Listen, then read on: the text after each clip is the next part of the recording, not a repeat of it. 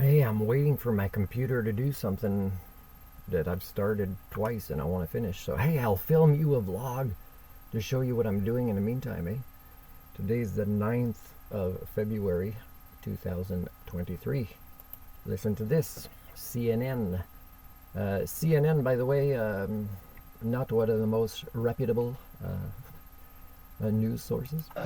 Tonight, House Speaker Kevin McCarthy telling reporters he is okay with embattled Republican George Santos attending classified briefings.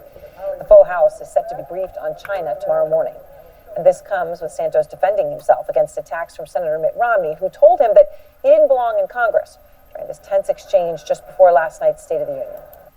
So here's an example on how democracy, especially the way Republicans do it, is hazardous to the health of a country, right? Because it leaves a country vulnerable, with the fake attempts at democracy, which should be a very transparent concept for it to succeed, and of course requires an educated population, not just, the voters, but, the ones that are put in positions of power should be higher than the norm of mental health and intelligence, right?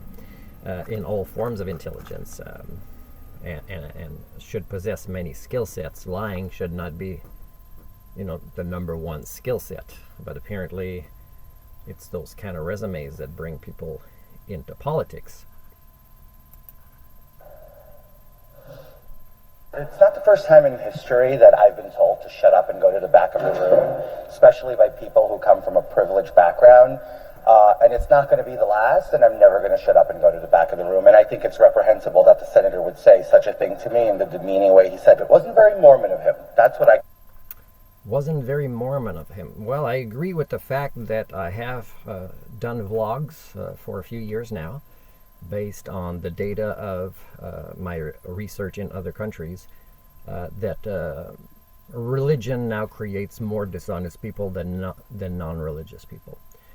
So, I don't know if he's surprised by that, but I can tell you. Thinking about privilege. Well, Santos facing growing calls to resign, not because of privilege, but because of his many lies, with one of his fellow Republicans calling him a, quote, sociopath today. Eva McKend is out front. Okay, so a sociopath. Is it okay for me or you to label somebody, based on the DSM-5, let's say a sociopath or a psychopath or a narcissist or a pathological liar? Well, first of all, we have to look up the definition a lot and present evidence, and we can, in free speech, say it. But it is extremely dangerous. Like, I don't use those types of words with people because they are serious labels.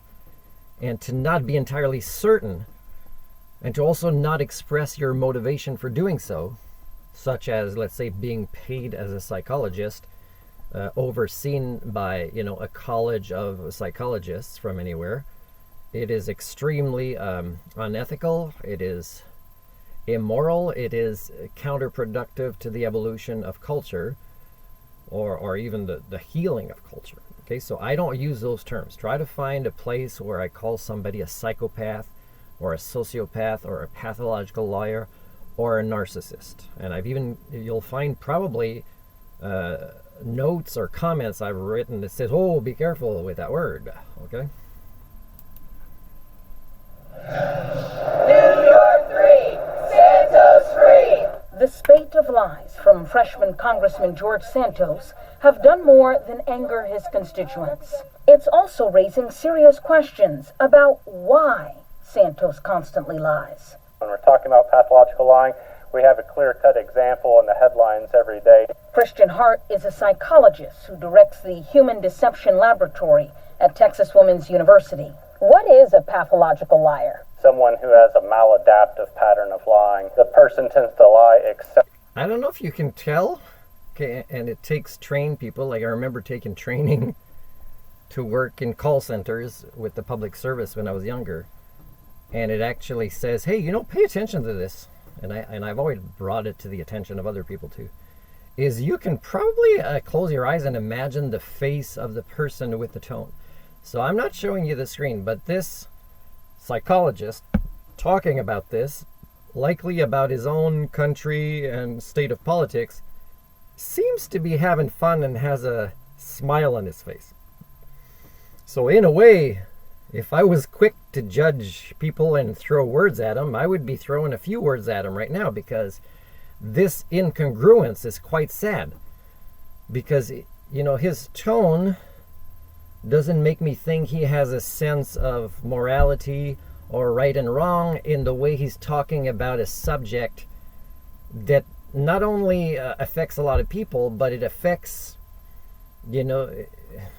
his country that he's probably proud of, if he's a little bit patriotic, or maybe he's worse, he's jingoist. And he would, oh, you think I shouldn't throw these words? Well, first look up the definitions. And I said maybe. And so, he could be, leaving his kids and grandkids to de-escalating, and he is, HSD predicts it, culture. And the fact that he's kind of having fun, that he's been asked, and he's online, and he's talking about something extremely serious. And I don't know if we should expect anchors to be congruent in human standard ways, because they're just reading stories all the time. But they should at least, going from one story to the other, they should at least write a couple of words on the prompter, another sad story to present to you, or something like that, as if they weren't faking caring, so blatantly, right? Because, maybe we should diagnose anchors on Fox and CNN and stuff like that. But if you hear the tone, you'll see this guy is having so much fun talking about something that is destroying his country and creating openings for other countries to harm it. So there's a little bit of narcissism pretty much in everybody because of HSD now. Excessively, so they're prolifically lying, telling the lies, typically cause a lot of problems in their life.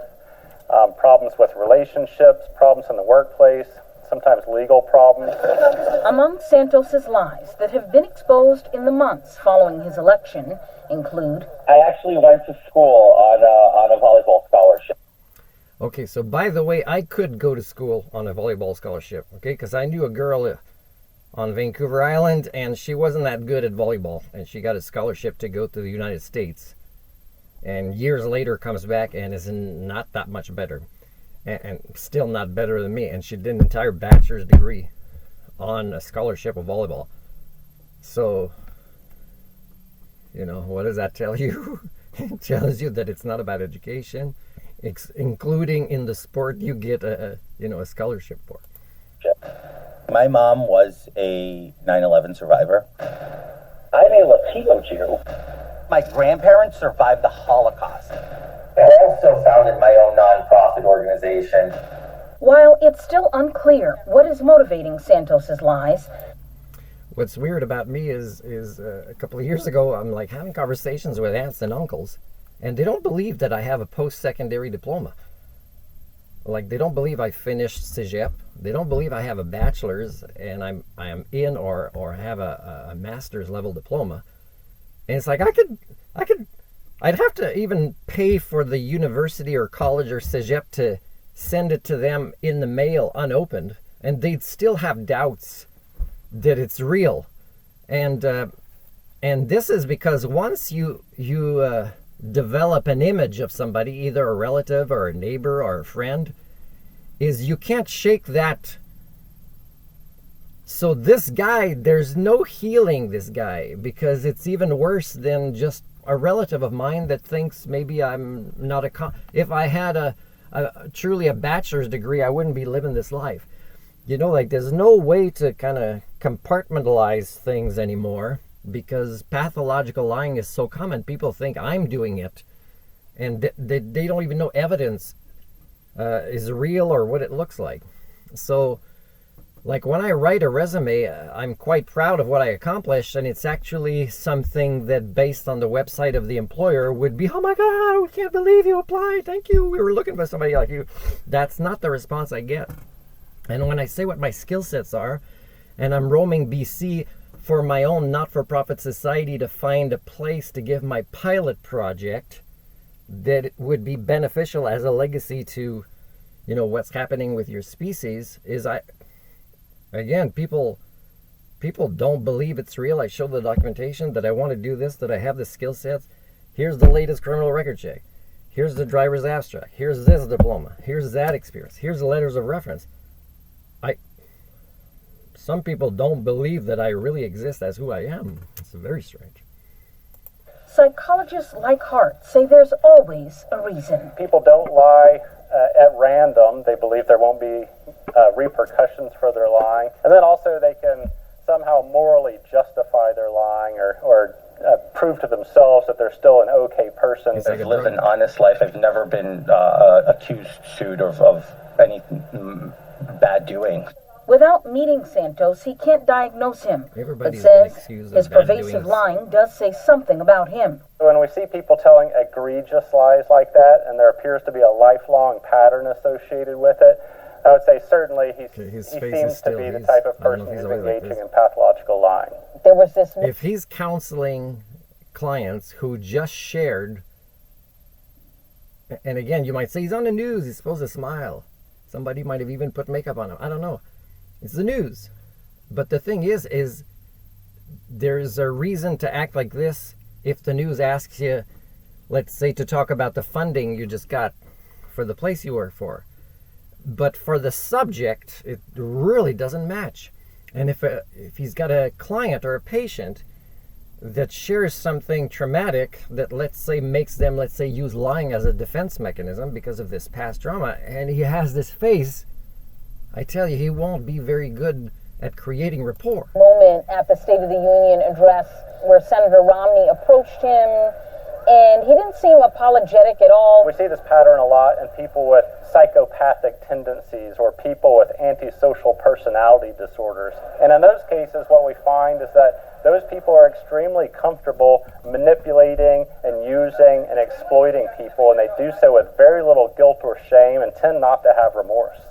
And Hart says that for those that are pathological liars, it's not so easy to detect. He seemed to be making a completely truthful and compelling case. It's only when we look for the evidence that we see that that was a lie. Now, who would look for evidence? Well, in politics, it's especially failed democratic countries like Canada and the USA, for example, and pretty much all of them, is there are enemy and friend or fake friend alliances that change all the time, and it would be an enemy that would be looking for the evidence, not the friend, and the friend would defend the lies for as long as possible until somebody becomes an enemy, and then it changes like this. It doesn't change because of right or wrong or transparency or integrity or honesty. And so, it's kind of hard to take things seriously. And sometimes I consider what would happen if I went in politics. And again, I've been considering it this year again. And it's like, I don't think I could handle the toxicity for 4 years, like really without going nuts, like the toxicity. And it would be coming from even the best of who you think would be the best in Canadian politics. The toxicity, the incongruences, the hypocrisy, laissez-faire attitude, backstabbing, just nonsense. I can't just sit there when it's other people's time to say something, let's say in the House of Commons, and somebody says something so utterly ridiculous, which seems to be everybody, not just in politics, but on the news and psychologists, I have to say, wait. For example, when people say the left and the right, that's not even language I would allow. And I would make very specific arguments for why I don't allow this language, how it devolves us as a species. So I would say, for example, please let's define what you mean by left-right. Let's have everybody vote that that's how they understand this and that we'll use it again.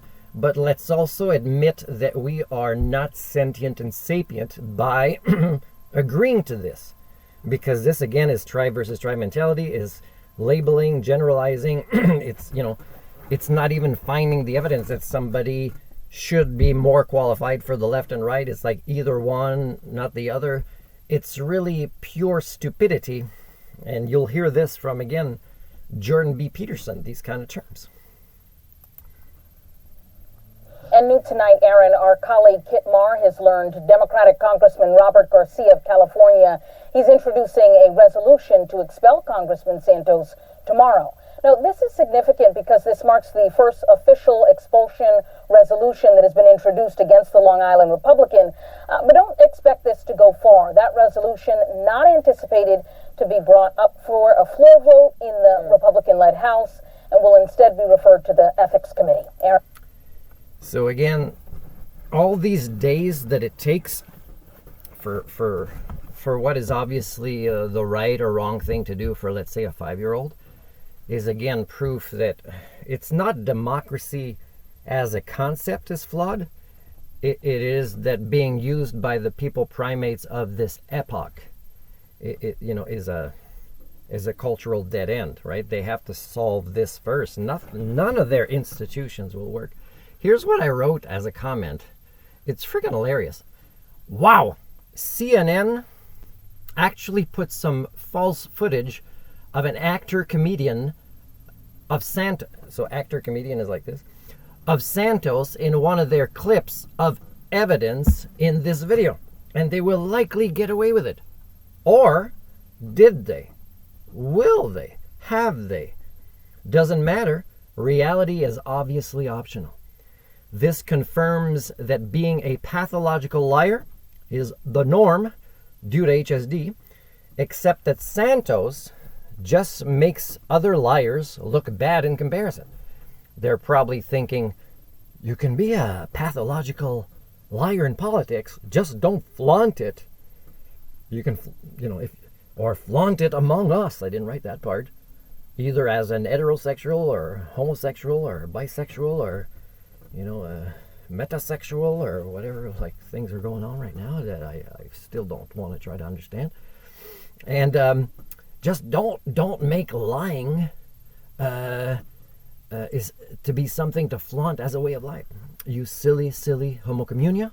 When will you be pro-life and learn to die with dignity? So at one point in this video, you might have heard already, I believe, is the psychologist says, without meeting Santos in person, can't label him as anything. And this is what I started saying here. And but why does Jordan B. Peterson do that all the time? Not meeting people in person and generalizing and labeling and being certain about the way other people think, not even when he hasn't met them, but when he's read nothing or seen nothing of them online. So you can tell how reality is compromised, because just like Trump, Jordan B. Peterson is being followed by many people that suffer from these kinds of disconnections from human standards. So I'm very careful in how I use terms, and I will definitely have already accumulated evidence, even if it's just online and not in person, if I will label somebody. And that's the difference between you and me, people, and you can hate me as much as you want, but I tell you, there's no greater superpower than transparency.